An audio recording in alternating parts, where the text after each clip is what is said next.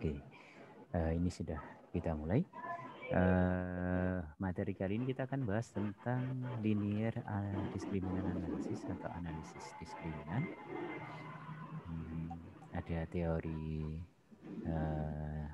pendahuluannya, kemudian kita akan mencoba mensimulasikan perhitungannya, penyelesaiannya tentang linear diskriminan ini. Baik, kita lanjutkan. Oke. Kemarin sebelum-sebelumnya yang kita bahas tentang clustering, minta tolong untuk yang lain di mute ya. Oke. Kemudian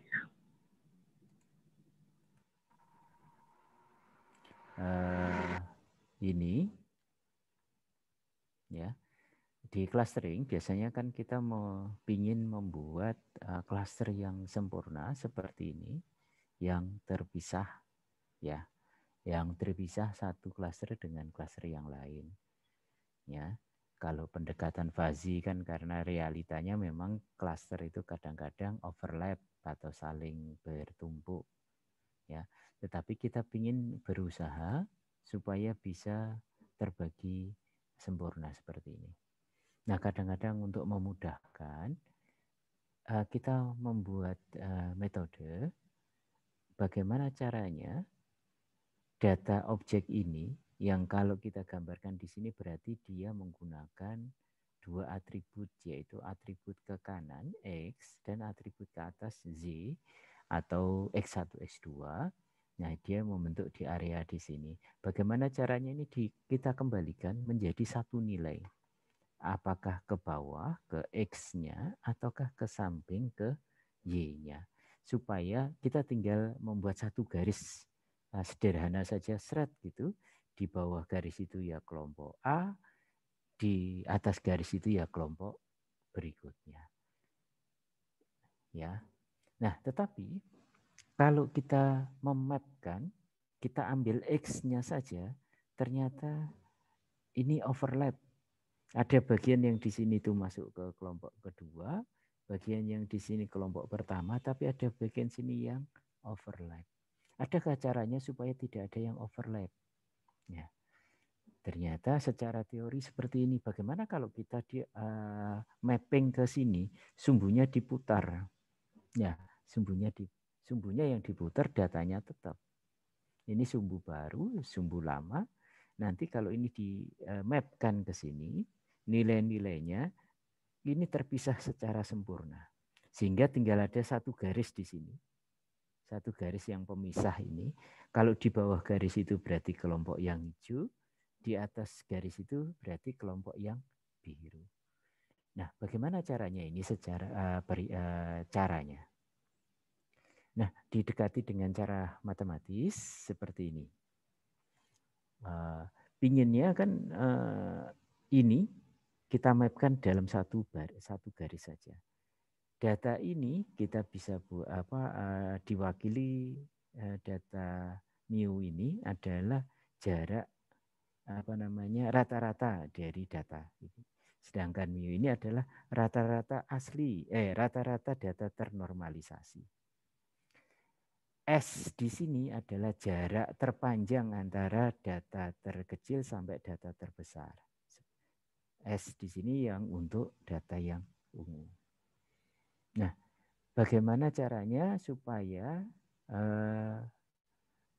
formulasi ini memenuhi persyaratan ini? Kita D-nya itu sebesar mungkin, S-nya itu sekecil mungkin, sehingga kalau dibagi ini menjadi besar. Bisa direpresentasikan dengan formula seperti ini. JA itu mu2 dikurangi mu1, ini mu2, mu1 dikuadratkan dibagi S1 kuadrat tambah S2 kuadrat. Ya, kalau diturunkan formula sini, kalau ingin lihat detailnya bisa dilihat di buku, itu sama dengan ada matriks A ada matriks transformasi A yang bisa digunakan untuk merepresentasikan ini. Kemudian ini problemnya namanya optimasi Rayleigh quotient yang kalau nanti diturunkan jadinya seperti ini. Matriks SB kalikan matriks transformasi A sama dengan lambda dikalikan matriks scatter gabungan A dikalikan matriks transformasi A. Ya. Ini diselesaikan, ini SB itu sama dengan ini ditranspos ya, M1 transpos, M1 transpos, akhirnya dapat seperti ini. SW minus 1 itu maksudnya adalah inverse. Inverse dari SW. Kita bicara S di sini adalah matriks. Jadi semua kita representasikan dalam bentuk matriks. Harapannya A itu kita masukkan ke sini, ini atribut untuk data, dikalikan matriks transformasinya, nanti dapat nilai skalar, nilai skalar ya, Z yang bisa digunakan untuk membedakan antara klaster dua klaster ini. Kemudian SW kita sudah tahu di sini inverse-nya, SW-nya sendiri sama dengan nanti merupakan gabungan dari SW1 dan SW2. Kalau di sini S biru dan S kuning di sini. N itu menyatakan jumlah anggota ya. Sedangkan H itu adalah mu atau rata-rata data tertransformasi yang sudah ditransformasi dibagi istilahnya di rata-rata ya kan berarti dijumlahkan dibagi 2. Itu sama dengan M1, M itu rata-rata data awal. Jadi M itu rata-rata data awal, mu itu rata-rata data tertransformasi. Gitu. Baik, nanti mungkin dengan contoh akan lebih jelas. Langkah-langkah dari LDA itu sebenarnya seperti ini. Yang pertama, persiapan data latih 2 kelas. Kemudian untuk saat ini kita akan mendalami yang 2 kelas, LDA untuk 2 kelas. Untuk yang lebih dari 2 kelas nanti kita bahas berikutnya. Kemudian yang kedua lakukan centering. Centering di sini salah satunya digunakan untuk mendapatkan rata-rata dari masing-masing kelompok data tersebut. Kemudian yang ketiga hitung matriks scatter yang within masing-masing kelas S yang kita nyatakan SW1 dan SW2. Kelas pertama dan kelas kedua. Kemudian yang nomor 4 hitung matriks scatter gabungan SW. Yang kelima, hitung matriks proyeksi A yang tadi kita lihat. Kemudian yang keenam, hitung threshold-nya atau nilai ambang untuk memisahkan antara kelas 1 dan kelas 2. Nah, sesudah itu tinggal kita gunakan A dan H, hitung threshold ini, untuk meproyeksikan data testing. Bisa juga data trainingnya kita proyeksikan tadi, data latihnya kita proyeksikan. Untuk membuktikan thresholdnya apakah bisa memisahkan secara sempurna. Ya. Kemudian data testing itu masukkan ke kelas 1 jika nilai terproyeksi di bawah nilai threshold dan ke kelas 2 jika di atas threshold. Oke, itu adalah langkah-langkahnya. Kita lihat sekarang caranya seperti apa dengan menggunakan contoh. Oke, misalnya saya punya data ini. Data 2 kelas A dan kelas B, atributnya 2, X1 dan X2. Masing-masing kelas A jumlahnya 8, kelas B juga 8, misalnya seperti itu. Ya, oke. Nah, kita sudah punya data itu. Langkah berikutnya apa? Ya, langkah pertama ini sudah data latihnya sudah ada. Langkah kedua adalah centering untuk mendapatkan min-nya.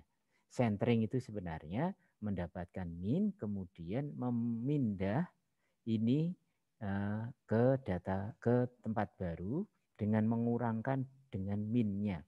Sehingga seperti ini, kalau kita rata-rata X1-nya 4, kalau X2-nya kalau di rata-rata 2,13 untuk kelas A. Sedangkan kelas B-nya 3, X1-nya 4,38 dan X2-nya 6,50.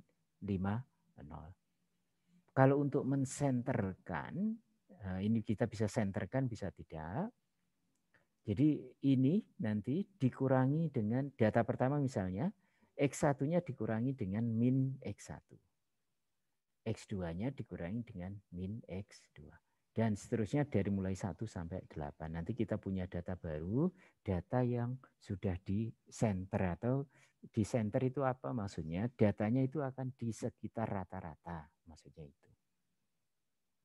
Oke, kita lanjut. Kita sudah punya data latihnya, kita sudah punya min-nya. Sekarang kita menghitung SW, scatter metric W untuk kelas A. Kelas A itu 1 dibagi tadi, N jumlahnya dikurangi 1, matriksnya ditranspos, min-nya ditranspos. Transpos itu artinya dari baris menjadi kolom. Ini kan baris, nanti jadi kolom. 40, 213, dikalikan dirinya sendiri. 40, 213. Cara mengalikannya, untuk 2,29 ini, 4 dikali 4, 16 dibagi dengan 7. Jadinya seperti ini. Mungkin kalau langsung dibagi langsung mungkin tidak tepat. Karena ini dibulatkan 2 angka di belakang desimal. Ya selisih-selisih sedikit. Kalau angka aslinya kan panjang, ada berapa angka di belakang desimal. Untuk memudahkan, ini saya potong 2 angka di belakang desimal. Kemudian untuk 121 di sini itu sama dengan 4 ini dikalikan yang ini.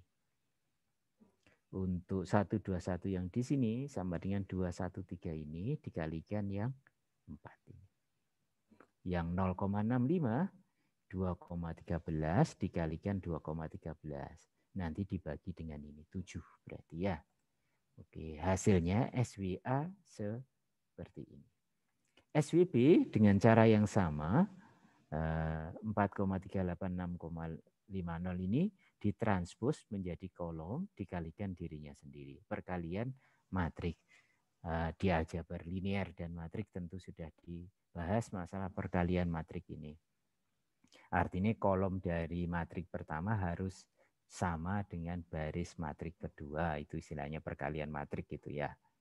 Oke, kita sekarang sudah punya SWA dan SWB. Sekarang yang perlu kita lakukan menghitung metrik gabungan, metrik scatter gabungan. Kita sudah dapat SWA-nya ini, dapat SWB-nya ini. SW itu formulasinya seperti ini. NA dikurangi 1 dikalikan SWA ditambah NB kurangi 1 dikalikan SWB, nanti tinggal dibagi dengan perkalian NA dikurangi 1 dan NB min 1. Kalau NA-nya 8, tadi ini kan jumlahnya 8 ya. Hasilnya nanti silakan dikalikan, nanti hasilnya SW-nya seperti ini. Ya, dikalikan dulu, terus baru ditambah. Kalau ditambah ya bersesuaian. Kalau kolom 1 baris 1 ya ditambahkan dengan kolom 1 baris 1. Hasilnya jadinya seperti ini. Sekali lagi ini pembulatan 2 angka desimal. Jadi ya kalau langsung angkanya seperti ini dikalikan ya atau dijumlahkan nanti tidak tepat seperti ini. Tetapi kalau semua angka di belakang desimalnya ditampilkan nanti akan sama. Gitu. Oke, kita sudah punya SW sekarang. Yang berikutnya kita menghitung matrik proyeksi A. Matrik proyeksi A itu caranya SW inverse dikalikan rata-rata dari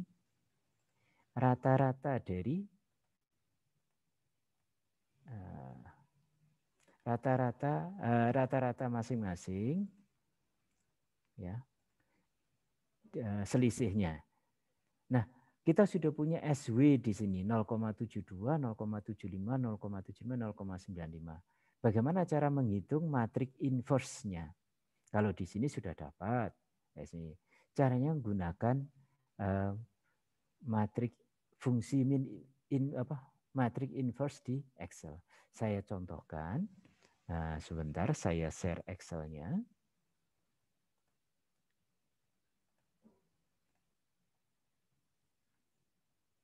Saya siapkan.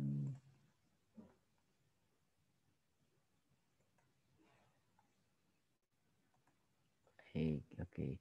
Nah, misalnya saya punya matrik tadi, tidak sama persis kita contohkan ya. 3, 4, 5 misalnya. Bagaimana menghitung matrik inverse ini? Bagaimana menghitung matrik inverse 2, 3, 4, 5? Caranya, letakkan di sini. Kalau biasanya kita kan mau menghitung rumus kan langsung sama dengan di sini. Tidak, jangan ketik sama dengan.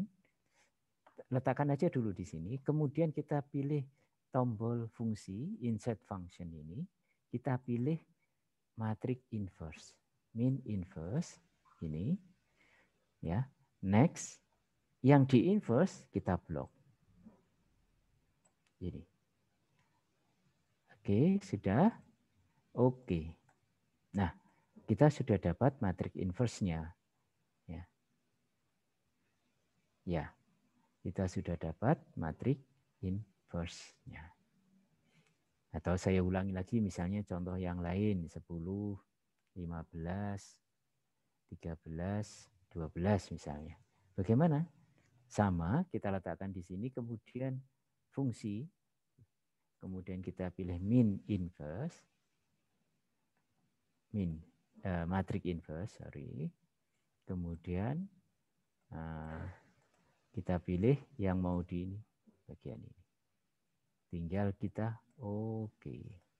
Nah, kita sudah dapat sekarang matrik inverse-nya. Ya. Oke, gitu cara menghitung matrik inverse. Saya kembali ke PPT-nya yang tadi.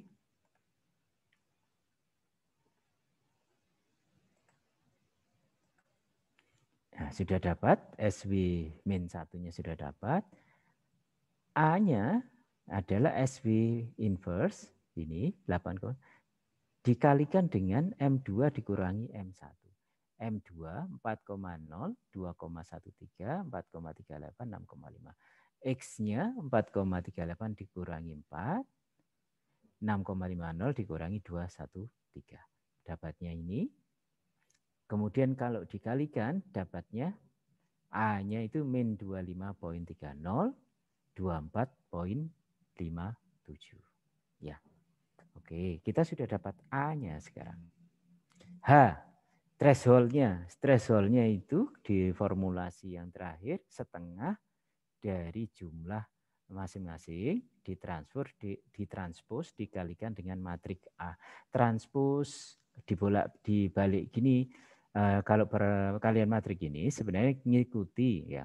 Apakah M1 M2-nya itu harus ditranspos?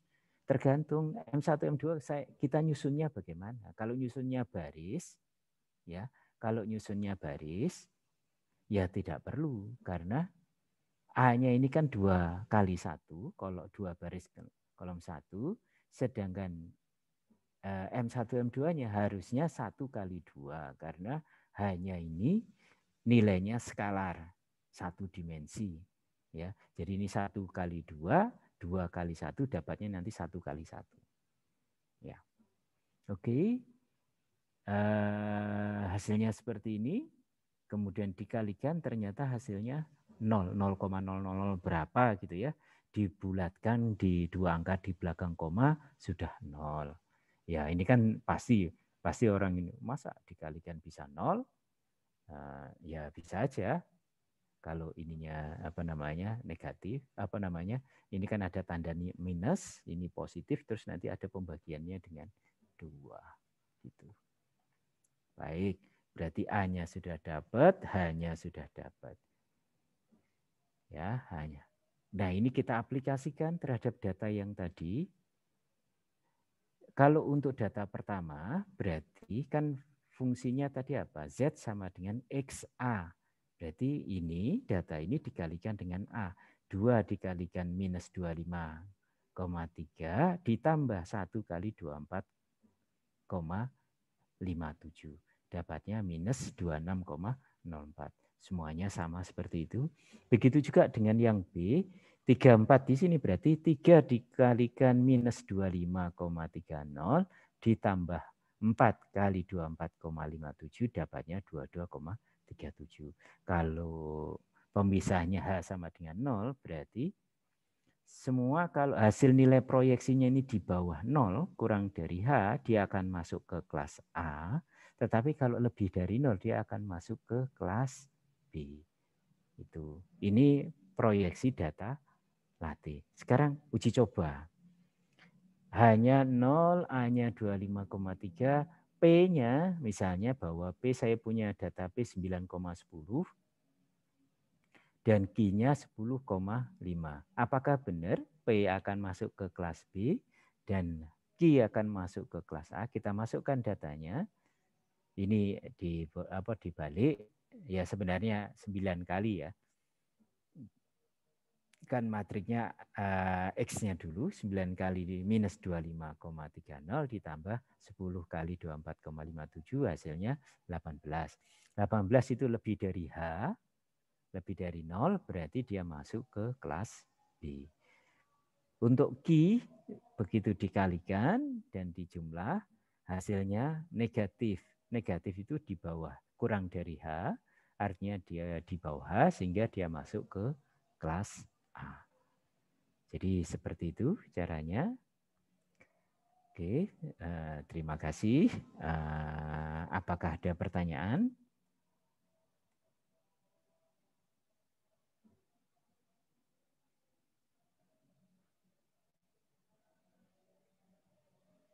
Baik. Kalau tidak ada pertanyaan berarti saya anggap sudah jelas. Nanti video ini saya upload di LMS, materi PDF-nya juga sudah saya upload di LMS. Nanti Anda pelajari, kemudian kerjakan tugas yang ada di LMS. Datanya menggunakan iris. Jadi iris data itu ada 3 kelas. 3 kelas, iris sentosa, iris virginica, sama iris versicolor. Tetapi Anda cukup ngambil 2 kelas saja dari 3 kelas itu. Dari 2 kelas itu ambil masing-masing 8 data. Proses menggunakan diskriminan analisis ini. Kemudian ambil lagi 2 data, satu dari kelas pertama dan satu dari kelas kedua, data yang lain, bukan 8 data yang tadi. Dan uji coba H dan uji coba hasil perhitungan Anda di diskriminan analisis ini. Datanya diambil secara acak, jadi Anda ngacak ngambilnya, jangan sampai sama. Masing-masing kelas itu datanya ada 50. Kombinasinya tentu akan berbeda. Ada 50 data masing-masing, totalnya masing-masing kelas itu 105, berarti 150. Gitu ya. Tugasnya sampai hari Jumat atau Sabtu minggu depan. Oke, ada pertanyaan? Baik, kalau tidak ada,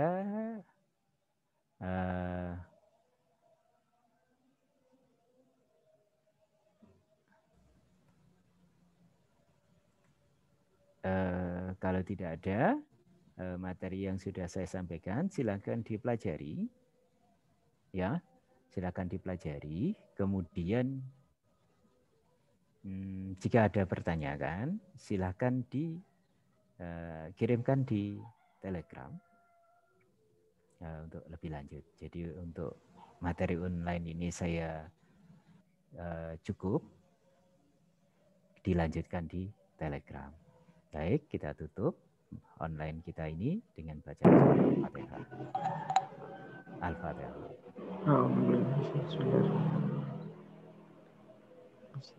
Oke, terima kasih. Assalamualaikum warahmatullahi wabarakatuh. Waalaikumsalam warahmatullahi wabarakatuh.